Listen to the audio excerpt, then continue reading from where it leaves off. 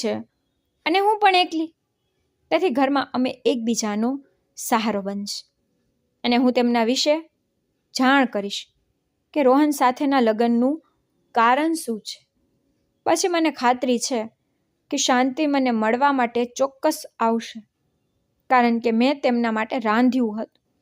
ઓછામાં ઓછું તે મને થેન્ક્સ તો કહેશે, કારણ કે કેટલાક લોકો એવા હોય છે, જો કંઈક મળ્યું હોય તો સામેની વ્યક્તિ સાથે વાત કર્યા વિના તેને આરામ નથી થતો.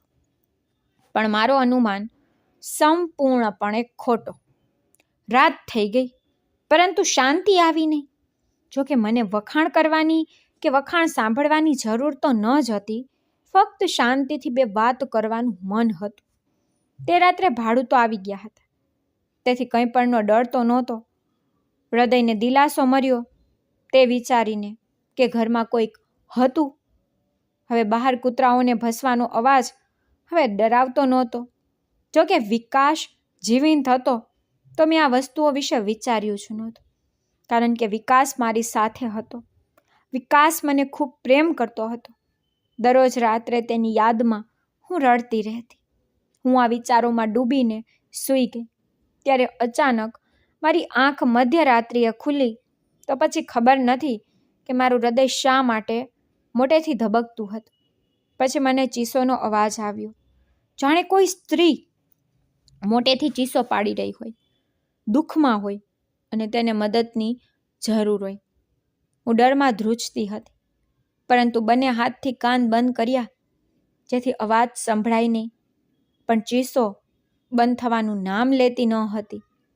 હવે મને પડસેવો આવવા લાગ્યો, પણ હવે શું કરવું તે હું સમજી શકી નહીં. આ ક્રોધાવેશમાં સવાર થઈ ગઈ. સવારે 5 વાગ્યે અવાજ બંધ થયો. પછી થોડી રાહત થઈ. પછી આંખો ખુલી જ્યારે 9 વાગ્યા હતા. પછી હું ગભરાઈ ગઈ. ચા બનાવી, હાથ મોં ધોઈ અને 1 કપ ચા લઈને ગેલેરીમાં આવી ત્યારે રોહન ફોન પર શેરીમાં ઊભા કોઈની સાથે વાત કરી રહ્યું હતું. તેને જોતા એવું લાગતું હતું કે તે ક્યાંક જઈ રહ્યો છે.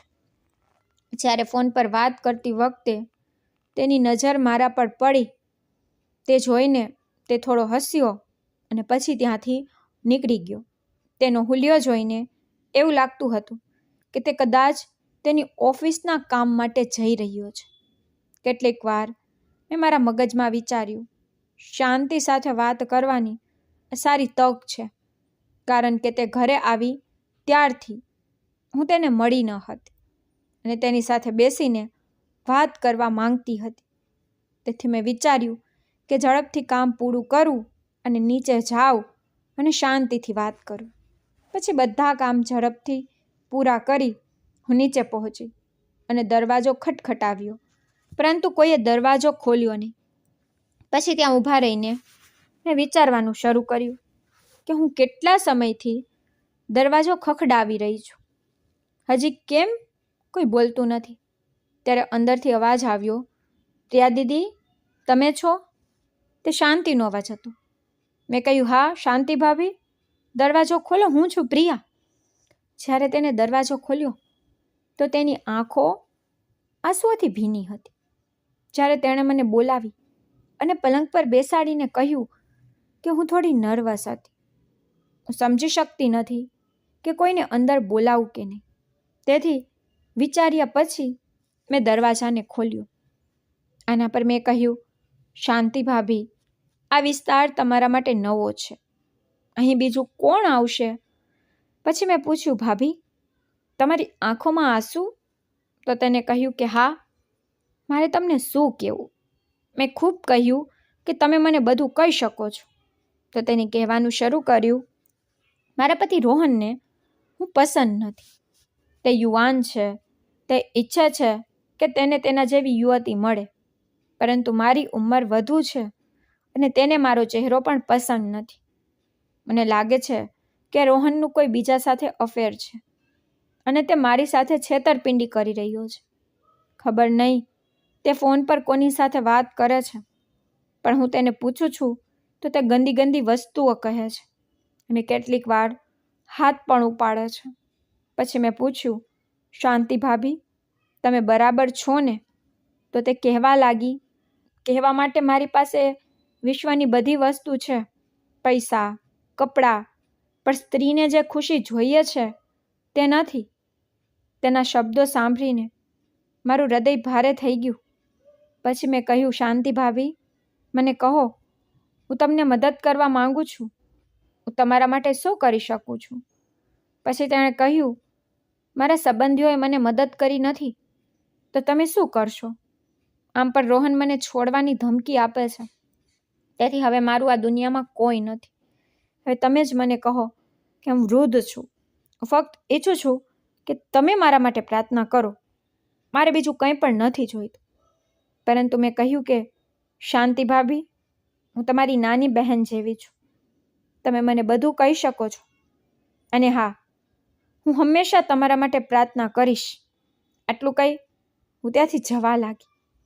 પછી શાંતિએ મને અવાજ આપીને કહ્યું, પ્રિયા, તમારે કોઈને આ વાત કહેવી નહીં, અને ખાસ કરીને મારા પતિને ન કહેવું જોઈએ.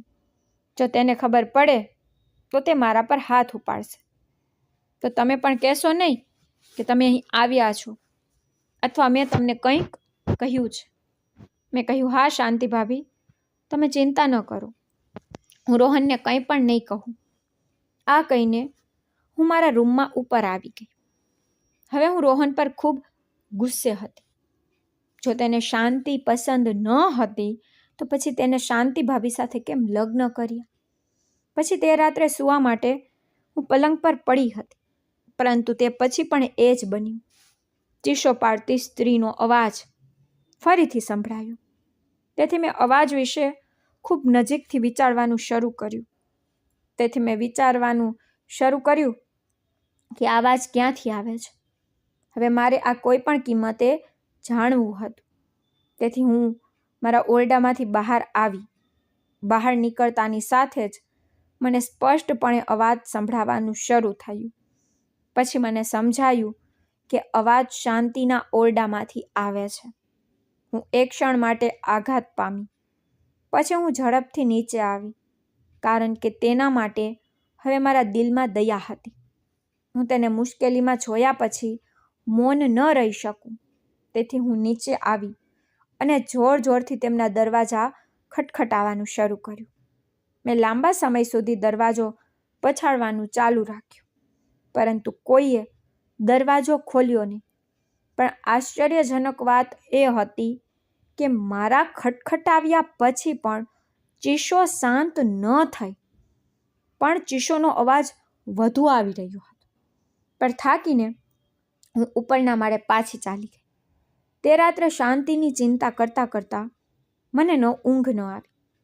પછી હું ગેલેરીમાં બેઠી અને વિચાર્યું કે જ્યારે હું રોહનને બહાર જતા જોઈશ ને, તો હું તેને રોકીશ અને તેની સાથે વાત કરીશ. પછી સવારે 8 વાગ્યે દૂધવાળો આવ્યો.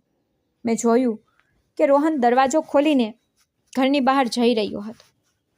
મેં તેને અવાજ આપ્યો તો રોહનના ચહેરા પર ગભરાહટ સ્પષ્ટ રીતે દેખાઈ રહી હતી. પરંતુ તે મારી સામે ઊભો હતો અને કહ્યું, હું જાણું છું કે તમે શું કહેવા માંગો છો. તેણે કહ્યું, તમે શાંતિની ચિંતા કરો છો કે તે રાત્રે કેમ ચીસો પાડે છે? પરંતુ મારી પાસે તેનો કોઈ જ ઉપાય નથી. જો તમારી પાસે કોઈ રસ્તો છે તો મને પણ કહો. પછી મેં જોયું કે રોહનની આંખોમાં આંસુ હતા. તેથી મેં કહ્યું, મને કહો કે પહેલાં આ વાતનો અર્થ શું છે? તે કેમ રડે છે? પછી હું તમને કોઈક રીતે કંઈ કહી શકું છું. રોહને પછી મારી આંખોમાં આંખો નાખી અને કહ્યું કે સૌથી મોટી સમસ્યા તે છે કે તે મારા પર ખૂબ શંકા કરે છે. આ સાંભળીને મેં તેની તરફ આશ્ચર્યચકિત થઈ જોયું. પછી તે હળવાશથી હસી પડ્યો અને કહ્યું, તમે મારા દેખાવને કાળજીપૂર્વક જુઓ અને પછી શાંતિ તરફ જુઓ. બંને વચ્ચે કેટલો તફાવત છે.